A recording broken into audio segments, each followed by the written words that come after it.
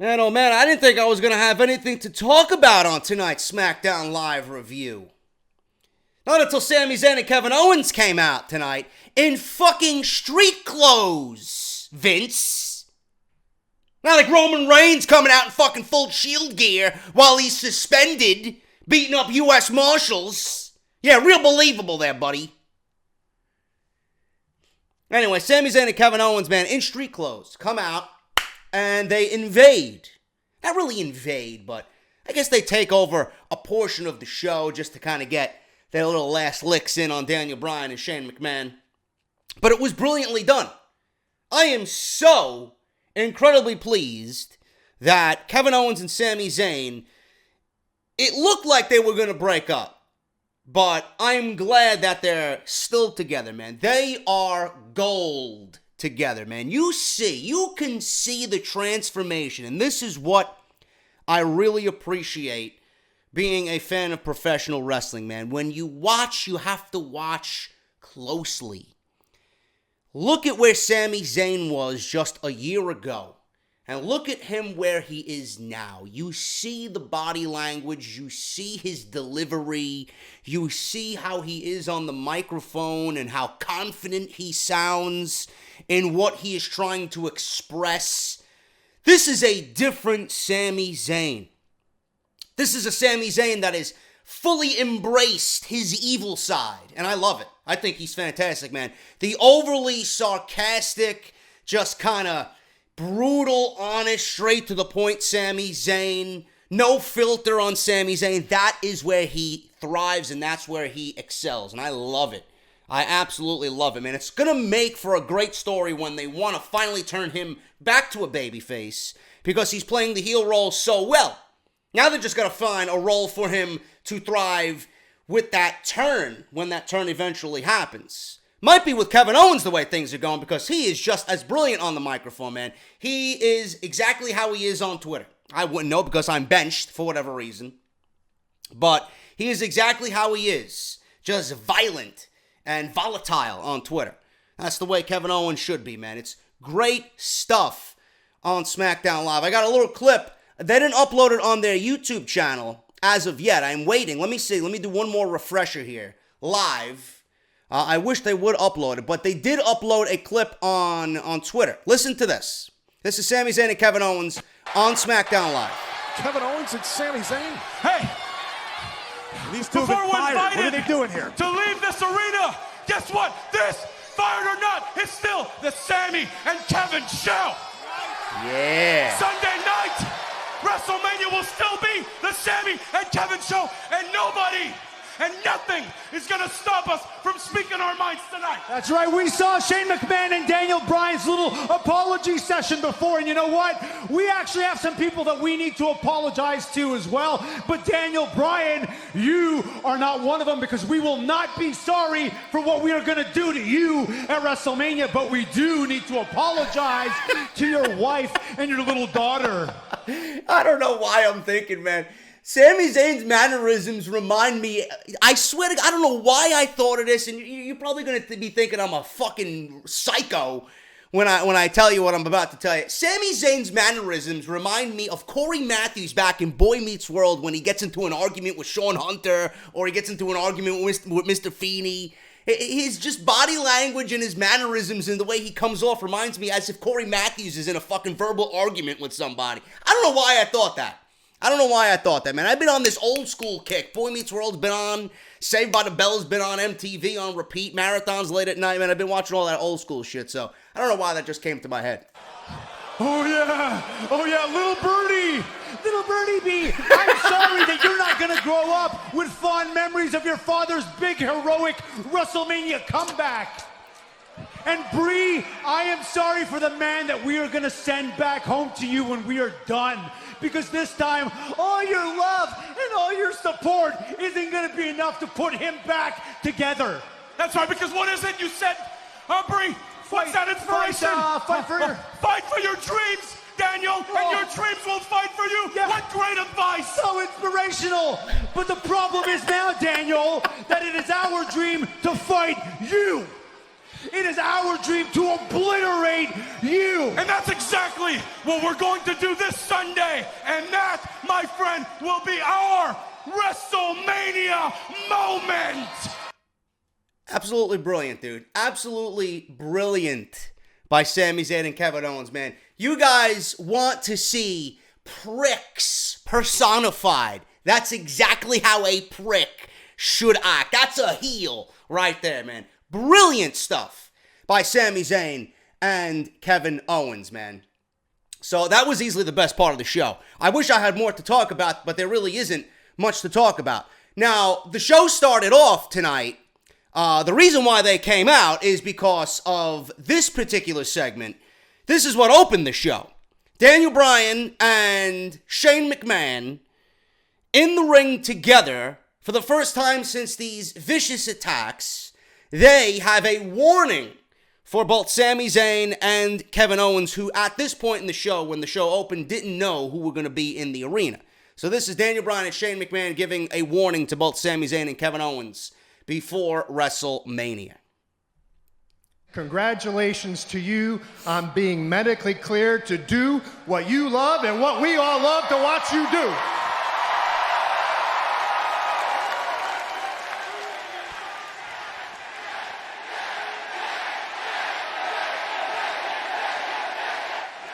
I couldn't be more excited to be your tag team partner at WrestleMania. And I'm surprised by this, man. I really am surprised because Shane McMahon started doing his little dance on the stage and he started doing his little dance in the ring and he visibly started to hold his midsection. I don't know if WWE is really playing up the diverticulitis. I don't know. I don't know if they kind of averted away from the diverticulitis. I really don't know. Because a lot of people that have posted comments in the comment sections of my videos over the last couple of days, some of you have had or have diverticulitis and stated to me that there's no way Shane McMahon will be able to move. Some of you actually said it takes at least 45 minutes to fucking get out of bed with diverticulitis. That's how bad it hurts. So I don't know what WWE is doing here. They're letting Shane McMahon wrestle. Maybe he doesn't have diverticulitis. I don't fucking know, man. In this world of WWE, I don't know anything anymore. But if I was WWE and Shane legitimately had diverticulitis, he's not wrestling at WrestleMania. So I really don't know what is going on. The hernia, Shane McMahon would be crazy enough to wrestle through a hernia and then get surgery after WrestleMania just for the sake of not missing WrestleMania. But this whole diverticulitis thing is very sketchy to me. The match is on. We didn't get no notes of Shane McMahon missing WrestleMania. We didn't get a tease about Daniel Bryan's potential new partner just in case Shane McMahon doesn't make it to WrestleMania. The match is on. Nothing out of the ordinary here.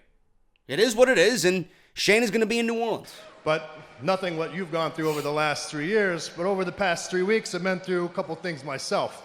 I was hospitalized with diverticulitis, staph infection, and an umbilical hernia courtesy of Sami Zayn and Kevin Owens. I don't understand that. I really don't. Unless he does no work in the match, which I find hard to believe. I have also been medically cleared.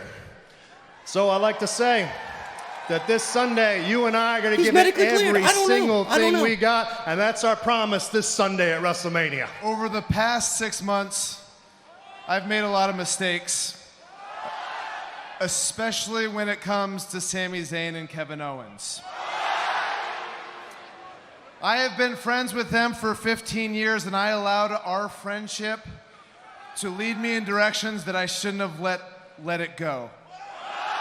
And you warned me about their motivations to manipulate me. And Shane, I just have to say that you were right all along, and that I truly, deeply apologize. Wow. Well, thank you, but no reason to apologize, Daniel, because over the past 6 months, I've done a little reflection myself, and I know I can be a little hot-headed at times and possibly, maybe a little stubborn. You stubborn? No. A McMahon stubborn? No. I've learned a lot about being in the WWE the past several years, And when a tag team or when partners have their differences, there's really only one way to resolve it.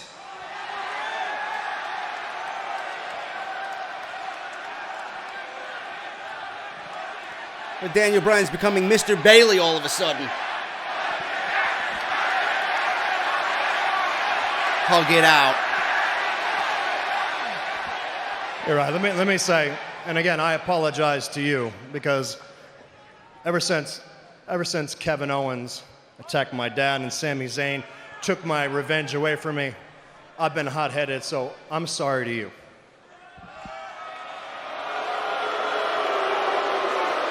So Shane goes for a handshake. Wait a second. I just shook your hand 2 minutes ago. Nashville doesn't want to see us shake hands, then he goes for a high five, do Shane. you?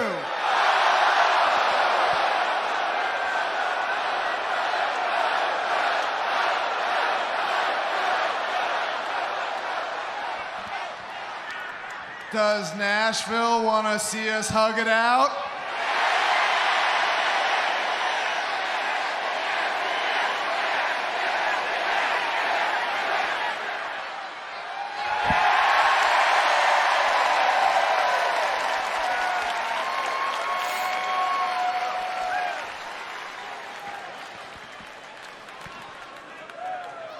That actually kind of worked. There you We're go. definitely on the same page now. That's right, and Shane McMahon and Daniel Bryan being on the same page is bad news for Sami Zayn and Kevin Owens, because we are going to get our payback for what they did to me, we are going to get our payback for what they did to Shane, and we are going to get our payback for everything that they've done in between. And Daniel, this one time, I want to say thank you for reinstating Sami Zayn and Kevin Owens, because now this is the land of opportunity, and I personally am looking forward to teaming with you, taking the opportunity to rid ourselves of those two cancers, and after WrestleMania, they will never, ever be seen in a SmackDown Live arena again. Yeah, but that doesn't mean they won't show up in a Monday Night Raw arena. Are you guys ready to see Which Daniel may be a good Bryan thing. and Shane McMahon beat the holy hell out of Sami Zayn and Kevin Owens at WrestleMania?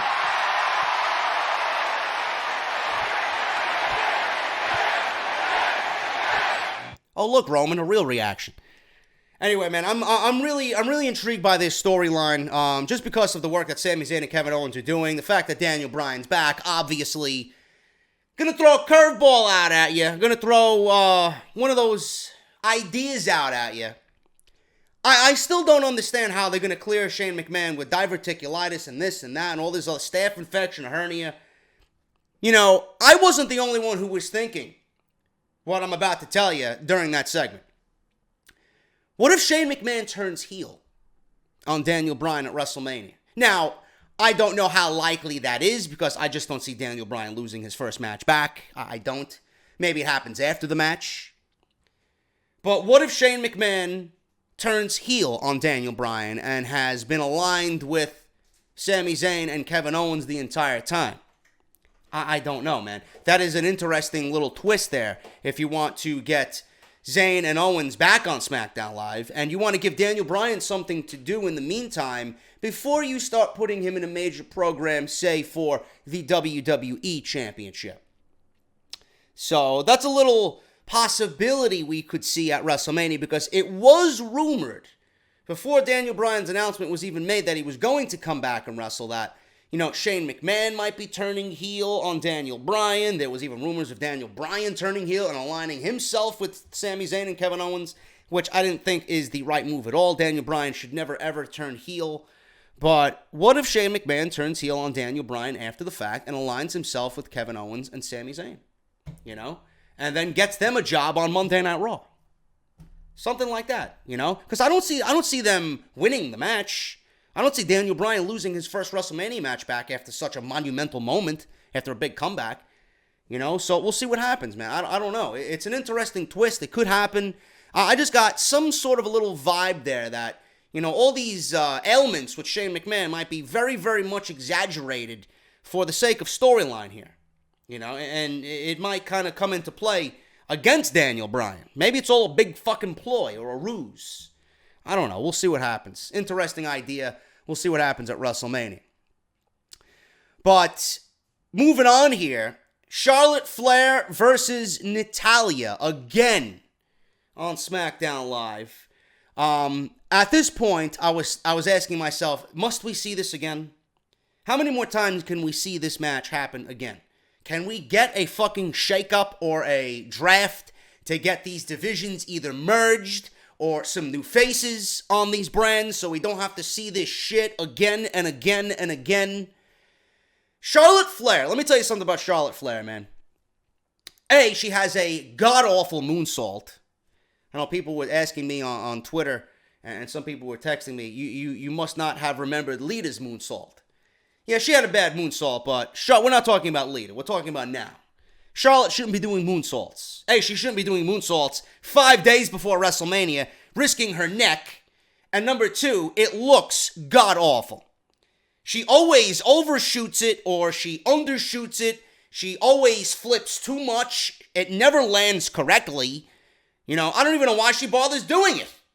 All it is like, oh, look at me. I'm Charlotte Flair. I'm the superior athlete. I could do a flip in the air. She might as well just turn it into a fucking corkscrew off the top rope. It'll look better. Because every time she hits it, it looks awful when it's done in the ring. When she does it outside the ring, it's even more of a high risk. It still looks like shit, and she always overshoots it. She never really connects on her opponent anyway. So I don't even know why she even bothers doing it. It's just god-awful. It's not even good to look at. It's actually downright embarrassing. So please don't comment on that. I really don't give a shit what you think. It's god-awful. When she starts hitting the moonsault normally, then maybe I'll change my mind. But right now, it's god-awful. It shouldn't even be done. Especially 5 days before WrestleMania. Number two. Carmella with these hoax cash-ins. Why? You do realize Mr. Dog, D-O-double-G. You know, the more time we see Carmella trying to cash in the briefcase, when it actually happens, the moment it actually does happen, we're going to remember all the other times that she teased it for the last 7 weeks, and it's not going to have that much of an impact. But I hope she cashes in on Nia Jax and Alexa Bliss, because that match is fucking terrible. Nobody gives a shit about that match unless you're a fucking degenerate 13-year-old who's having schoolyard problems, or some fucking, young teen in high school who's got Alexa Bliss covered on her wall. Whatever, you know. Nia Jax made not one mention of the Raw Women's Championship last night. So what is the match really about? How much value does the Raw Women's Championship actually have? Zero. The lint in my fucking pajama pockets has more value than the Raw Women's Championship. At least Charlotte and Asuka are making mention of the SmackDown Live Women's Championship. The best versus the best for the title. That's what WrestleMania is all about, right? Or is WrestleMania about, oh, you stole my fucking $1.25 lunch money. I can't buy my box of milk at fucking lunchtime. You fucking hooer. Who cares? This is what WrestleMania is about. Now I see people on Twitter signing petitions about how disgraceful the fucking match is. You didn't think that was going to happen, right? You didn't think all the fat shaming in Nia Jax was going to cause some fucking social media outrage amongst all the casuals, right? Yeah, there you go. Have a good one with that one. But yeah, Cedric Alexander and Mustafa Ali is not on the main card. Yeah, good job there, Vince. The cash-ins on from Carmella gonna have little to no impact when it actually happens. I actually hope it does happen at WrestleMania in the Raw Women's Championship match. At least the division on Raw would have a nice little shake-up. And it would actually make that match somewhat interesting. Because right now there's zero interest in that match. And WWE didn't lay out the ground rules for the SmackDown or for the Money in the Bank briefcase for the women. They didn't say it was SmackDown exclusive only. And why should it be? Why should it be? The pay-per-views are dual branded this year. So I hope it's on the Raw Women's Championship match and not Charlotte Flair versus Asuka. And let me tell you something, clowns. Asuka is not losing at WrestleMania. And even if Carmella cashes in on the SmackDown Live Women's Championship match and pulls a Seth Rollins at WrestleMania 31 on Charlotte Flair and Asuka to make that match a triple threat match, Asuka is not being pinned. Okay? So if Carmella cashes in on the SmackDown title, it will be Carmella pinning Charlotte to become the SmackDown Live Women's Champion. Asuka will not be pinned. And if Asuka is not pinned, that means she didn't lose. Because the whole premise of her streak right now is Asuka remaining unpinned. If she's not pinned, she's undefeated. Simple as that. It's not fucking rocket science. So don't tell me, oh, but JD, Asuka lost to Eva Marie, man. No, she didn't. I don't know where you're getting your statistics from. Asuka's undefeated. If you're gonna come at me with Eva Marie beating Asuka in some fucking hoax fairy tale that you just miraculously thought up in your dreams, I don't know where you're getting that from. Or Eva Marie eliminated Asuka in a battle royal. When has that ever counted as a loss for anybody, getting eliminated in a battle royal? Has Asuka's shoulders been pinned to the mat? No! Asuka is not losing at WrestleMania. Asuka will not lose, period, for the rest of 2018. And for the clowns who are on social media telling me, oh, Asuka's streak is debilitating the SmackDown division, man. It's making it too predictable, man. What do you mean it's too predictable? You're a creative writer for World Wrestling Entertainment. Your job is to creatively write. If you can't pen Asuka's streak for the rest of the year going into WrestleMania, maybe you shouldn't have a job. Maybe you shouldn't have a fucking job. How about that? You know, with all this women's movement and this Me Too shit and this first time ever nonsense and this equality that WWE is screaming from the fucking mountaintops, you know, you got other fucking idiots out there. I throw one thing to social media. I've been saying this for fucking months now. I don't know why anybody... What am I dropping? What am I dropping here? Dropping my own license plate. Thanks, James. I'm fucking Italian. I'm using my goddamn hands all over the place. I make one comment that's logical about, you know, where the women's evolution and the revolution is going. And I throw out Ronda Rousey's name out there. You don't think the way WWE has handled these women right now that you're not gonna get a WrestleMania women's main event for the first time ever, whether it happens in New York City at WrestleMania 35 or New Jersey or WrestleMania 36? It's going to happen. Who do you think is going to be in the first ever women's main event for WrestleMania? It's going to be Asuka because there's no bigger streak, there's no bigger accolade in the women's division than Asuka being undefeated and the champion. And then who are you going to put against Asuka in that moment? Please tell me. You know, if it was up to me, I'd have an Ember Moon or a Kairi Sane or someone along those lines to beat Asuka because that is a big moment and going to pretty much catapult anybody to fucking the moon. But if you're going to put the women in the main event and WWE is moving to Fox 5 next year, don't you think that WWE is going to put Ronda Rousey in the main event of WrestleMania 35? I mean, some of these people don't think. Why do you think they signed Ronda Rousey? Why do you think they signed her? And people, listen, I'm writing her off already, you know, and I shouldn't. Because we don't know what she's going to do. We don't know how good she's going to be. She could end up being the female Brock Lesnar by the end of the year. Who the fuck knows? You know? But they signed Ronda Rousey for this moment. They signed her to be in the main event of WrestleMania 35 and beyond. She's going to challenge Asuka at WrestleMania 35. Why do you think Asuka is in the SmackDown Live Women's Championship match at WrestleMania? If she wins, then she's on SmackDown. Simple as that. You're going to have Asuka and Ronda Rousey on the same brand? No. Because that's where it's going. That's where they're headed. Asuka's going to remain undefeated with the title all year on SmackDown Live. Ronda Rousey is going to win the Women's Royal Rumble in 2019. She's going to challenge Asuka for the title at WrestleMania. I guarantee you. I may be wrong, I may be right. But with the way WWE is doing things right now, it is very difficult to overlook anything that I just said. And people want to state that Ronda Rousey might not be around till WrestleMania next year. She might be done after this WrestleMania. She might not even win a match for the rest of the year, or whatever these fucking goons were saying on social media. You know? She might not even be around, when WrestleMania comes around next year. What are you fucking kidding me? With WWE going to Fox, they're not going to have Ronda Rousey feature prominently on their televisions? Do these people think? Seriously. Come on, dude. Common sense. Common sense here. Asuka is not losing at WrestleMania. Asuka's not losing all year. If they do, that will be a creative blunder. Probably one of the biggest of all time. And WWE knows what they have. Hopefully they do. What they have on Asuka. So she's not losing.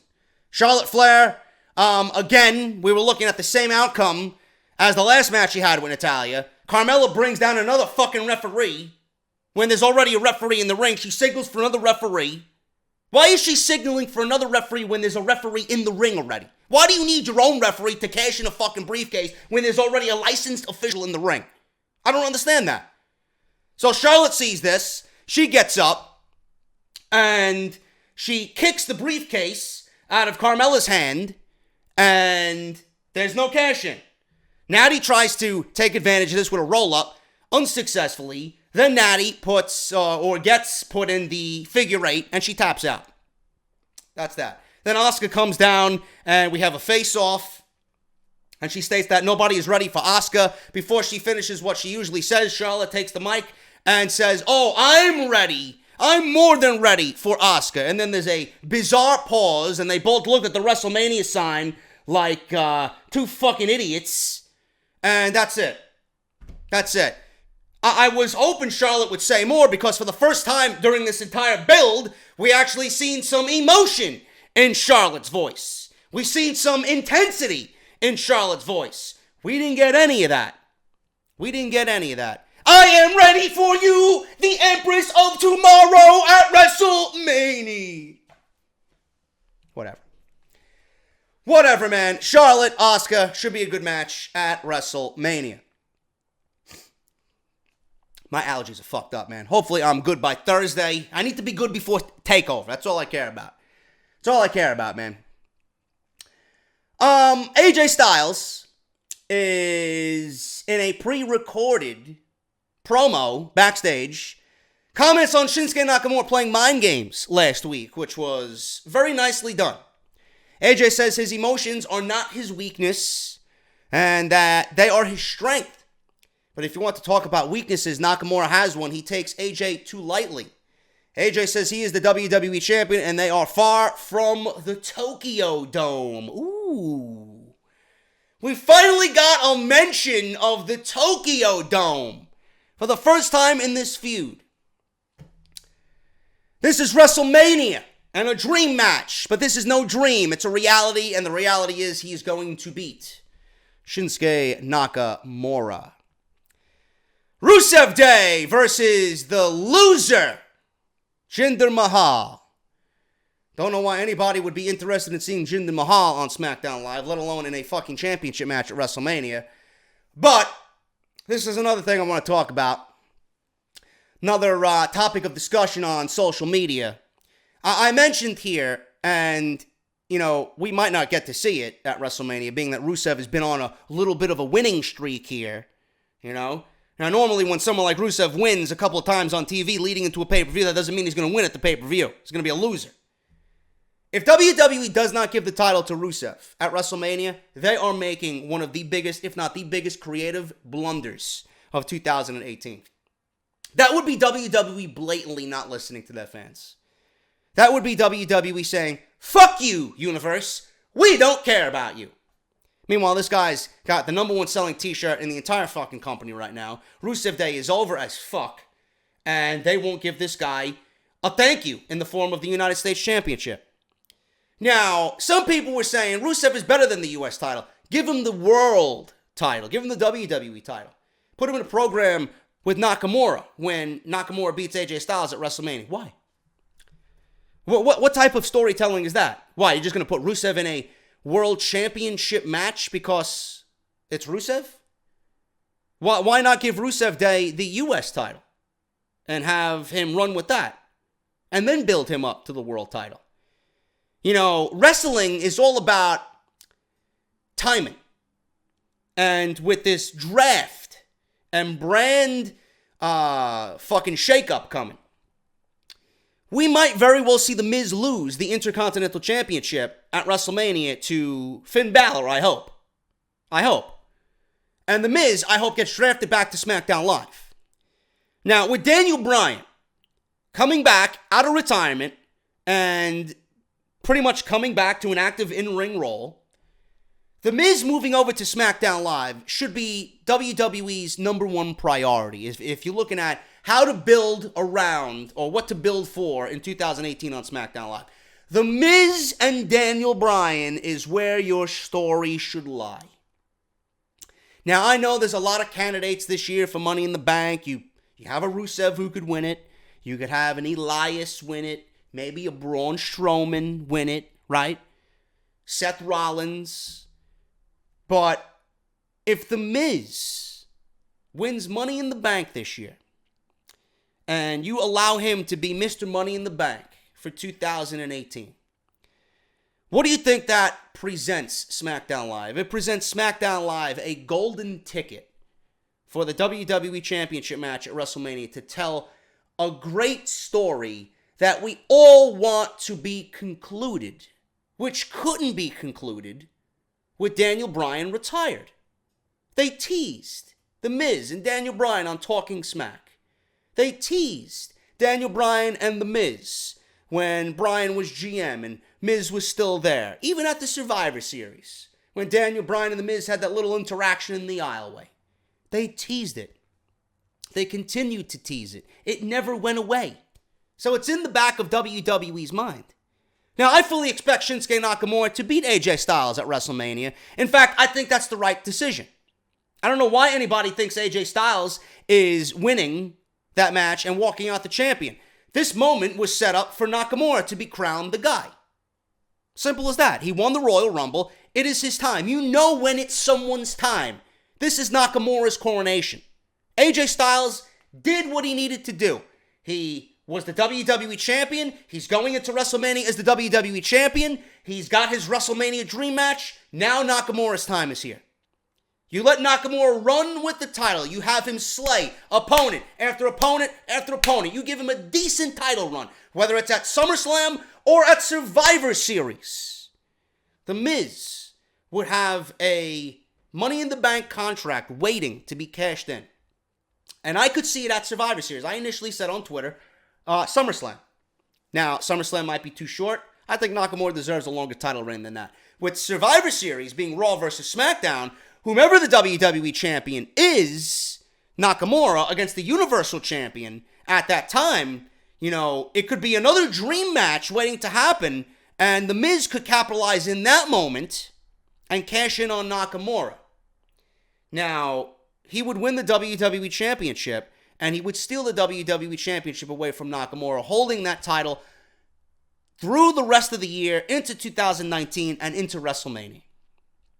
Daniel Bryan would win the Royal Rumble or the Elimination Chamber. Being the way WWE is flip-flop things, you know, we might get SmackDown Live. Actually, no, it's going to be a dual-branded pay-per-view. Whatever they want to do. Like I said, Daniel Bryan either wins the Royal Rumble or the Elimination Chamber to gain entry into WrestleMania. This will all culminate with The Miz versus Daniel Bryan at WrestleMania for the WWE title. Daniel Bryan winning the WWE Championship. Once again, the title that he never lost. And against the opponent in which, you know, we all wanted to see him go up against, The Miz. That is the story that needs to be told. I am all aboard with that storyline. You know, we can wait for Nakamura and Daniel Bryan. We can wait for Nakamura and, you know, whomever, AJ Styles again. We could even wait on the Daniel Bryan AJ Styles match. All that shit will come with Daniel Bryan as champion. Daniel Bryan versus AJ. Daniel Bryan versus Nakamura. Daniel Bryan versus Seth Rollins. It'll come. It'll come. That's the story that I want to be told there. Rusev should not be put in the world title situation. Rusev should win the United States Championship. Randy Orton is boring. He is a human bottle of NyQuil. That's what he is. Jinder Mahal, do I need to explain to you what Jinder Mahal does to me? He makes me reach for the remote control almost instantaneously every single week. Bobby Roode, I'm sick of babyface Bobby Roode. We need to see Bobby Roode like we've seen in NXT. Rusev is the right man for the job. Rusev needs to be the United States champion. He wins the match tonight with a Machka kick on Jinder Mahal. By the way, Sunil Singh sucks at singing. Aiden English has a voice of an angel. And Randy Orton, I love the way WWE sets up Randy Orton to literally come out of nowhere. I mean, you hear the crowd going crazy. You don't know where the fuck he's coming from. Next thing you know, he's flying across the screen giving somebody an RKO. So he gave, Rusev an RKO.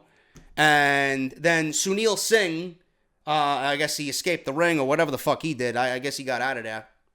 And then Aiden English tried to come and save his partner. He went to the top rope. And he was waiting for Randy Orton to get back to his feet. And Bobby Roode comes off the announce table, shoves Aiden English in the midair, and Randy Orton hits an RKO off the second turnbuckle. So we might be seeing rapid-fire RKOs at WrestleMania. All three of these guys might get RKOs. Who the fuck knows? But Rusev and Jinder Mahal, Rusev wins with a Machka kick on SmackDown Live. Shinsuke Nakamura had a pre-recorded video, and I said it on Twitter that this was probably his best main roster promo. His English is getting a lot better, whether this was in front of the live crowd or a pre-taped segment. This was his best promo. His English is getting a lot better. And I wish they wouldn't have him do those silly faces, and I just wish they would have him talk normally, to whomever is interviewing him or to the camera without doing those stupid faces. He tells AJ that he's not playing any games. He takes this very seriously. Nakamura goes on to say that he doesn't take AJ lightly. He knows AJ very well, and he knows AJ is very emotional. Nakamura says these emotions will cause AJ to make a mistake, and when he does, he will catch him with a knee to the face and become the WWE champion. The New Day's backstage, and they are pulling out phones and computers and tablets and pancakes and fucking cereal from their oversized pants. And they're cutting a promo on the WWE Network, how you can sign up now and get WrestleMania 34 for free. And the Usos come in and say, yeah, you can get the event for free and watch us defend successfully our SmackDown Live Tag Team Championships while we put you in the Uso Penitentiary, Us. And then all of a sudden the Bludgeon Brothers come out of nowhere and take their hammers and smash the camera, ending the segment abruptly. I don't really know how I feel about that, but if you got the Bludgeon Brothers there who just destroy both teams at Fastlane, cutting a segment for the WWE Network, doesn't that kind of break the barriers here of what we're trying to tell?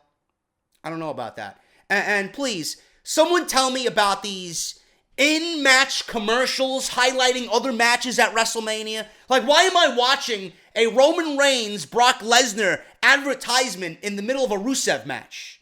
Do you know what that tells me? That means, yeah, fuck Rusev Day. We're going to tell you about what this match is all about and how this match is more important. What is that shit? Can't you save that shit for after the fucking match? I don't know how WWE thinks logically on that one. Come on, bro. I gotta see a fucking in-match advertisement for Charlotte and Asuka during a what would they have? The catering 8-man tag. Well, I didn't care about that. I'd rather watch the fucking in-match promo than the 8-man tag. Which brings me to the 8-man tag. Baron Corbin, Dolph Ziggler, Mojo Rawley, and Primo, who is surprisingly still employed. Timeshares must not be doing too well down in Puerto Rico. Versus Zack Ryder, Fandango, Tyler Breeze, and the perfect dark match, -10 Ty Dillinger. Now, the only reason why this match is happening on SmackDown Live is because Titus O'Neil had a peach cobbler in the oven. It wasn't ready at that moment. So he took everybody in catering. He made the match on the fly. He said, all right, you 4 guys versus you 4 guys. You go out there. Give me 10 minutes. Show them what the Andre the Giant Memorial Battle Royal is all about. Do what you got to do. Throw each other over the top rope. Baron Corbin, you're going to win with an end of days. And when we see that, we all come back and eat peach cobbler. That's it. That's all it was. The Andre the Giant Memorial Titus Catering Battle Royal. There you go. There you go. Who gives a fuck? Who gives a fuck? All I give a shit about is how Titus's peach cobbler tasted. Was it up to par? Mr. Dillinger, you would fucking know. Haven't seen you on television all fucking year. What about Primo? What about Primo? I think Primo requested the lemon meringue. They were all out of lemons, apparently. You know? Baron Corbin wanted banana nut, but Titus doesn't get the organic bananas anymore because Austin Aries isn't part of WWE anymore, so Baron Corbin won't eat anything that's not organic. There you go. I should start a whole fucking cooking show like Brian Zane. Anyway, man. Shelton Benjamin and Chad Gable versus AJ Styles and Shinsuke Nakamura. This was the main event. Whoever predicted this last week, congratulations, you win nothing. Who's going to win this match? Seriously. If you said Benjamin and Gable were going to win this match tonight, then you really are like a fucking social media degenerate. AJ Styles and Shinsuke Nakamura win this match. AJ shows off in front of Nakamura with a phenomenal forearm on Chad Gable to send a message. AJ covers Gable very nonchalantly for the pin because he knew it was over. After the match, AJ stands tall with the WWE title. He talks some trash to Nakamura. Benjamin comes in from behind and attacks Nakamura, and Nakamura fights off Benjamin as AJ looks on. Didn't look too concerned. He didn't rush back into the ring whatsoever. Nakamura turns around after he tosses Benjamin to the outside. AJ jumps off the top rope to do a phenomenal forearm, and he lands on his feet and doesn't deliver the forearm. He stops right in front of Nakamura's face. Remember how Nakamura last week tried to do a Kinshasa on AJ Styles, and he stopped short, and then he patted him on the head?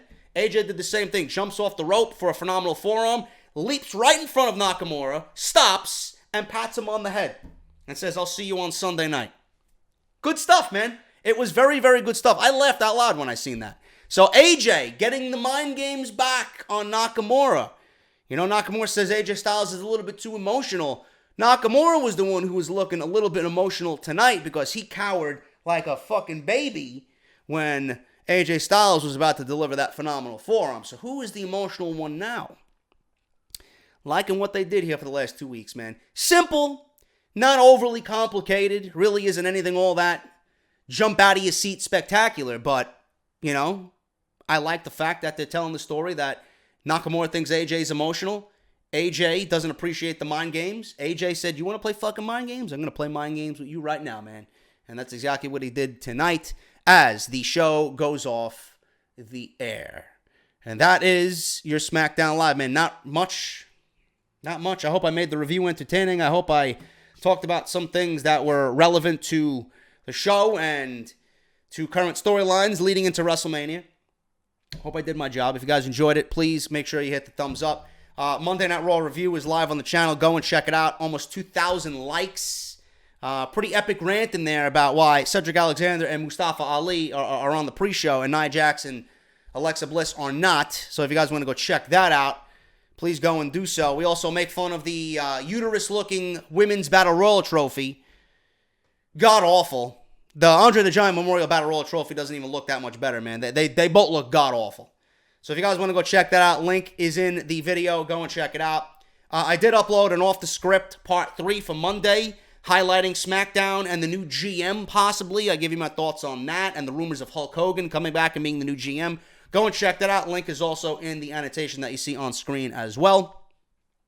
And that is it, man. Follow me on Twitter at JDFROMNY206. Hit that subscribe button. We are over 90,200 subscribers, man. So I'd love to get to 91,000 before the week is up for WrestleMania. Hopefully we get a lot of new viewers with WrestleMania and NXT TakeOver. So thank you to everybody that has subscribed or is new to the channel. Hit that subscribe button. Turn on the bell. Support the sponsors. Thank you to everybody who's gotten t-shirts. Barbershopwindow.com/offthescript. You guys can go get your t-shirts there. The new JD is... not the JD's Negan. JD's Negan is there. The Roman t-shirt. They do it for Roman. And the new Gender Failure Raha t-shirt. The Get Benched Goon t-shirt. Lots of good stuff on there. Barbershopwindow.com/offthescript. Harry's, Audible. Everything you guys need is in the description down below. Thank you all so very much. I'll be back tomorrow with NXT, the go-home show. Hopefully we see some Ricochet tomorrow on NXT. I will be hopefully doing some extra WrestleMania videos, man. We're gonna do a Roman Reigns Brock Lesnar video. Did WWE's work this WrestleMania season get Roman Reigns over? No. We're gonna highlight everything that they did, and I'm probably going to do my own match card prediction or match lineup and line up the order of the matches that I think WWE should do for WrestleMania. And we're going to do a match order prediction video for WrestleMania as well before we get to this weekend's Off the Script. We're going to base that around what we've already heard. The Cruiserweight Championship, the Women's Battle Royal, and the Andre the Giant Memorial Battle Royal, all in the pre-show. So those three are eliminated. I'm going to highlight the main roster only. So we're going to do those 2 extra videos as well. NXT tomorrow, so look forward to that before we get to Off the Script this weekend. Thank you guys so much. Have a good night. Hit that thumbs up, and I'll see you guys tomorrow for NXT. Talk to you later.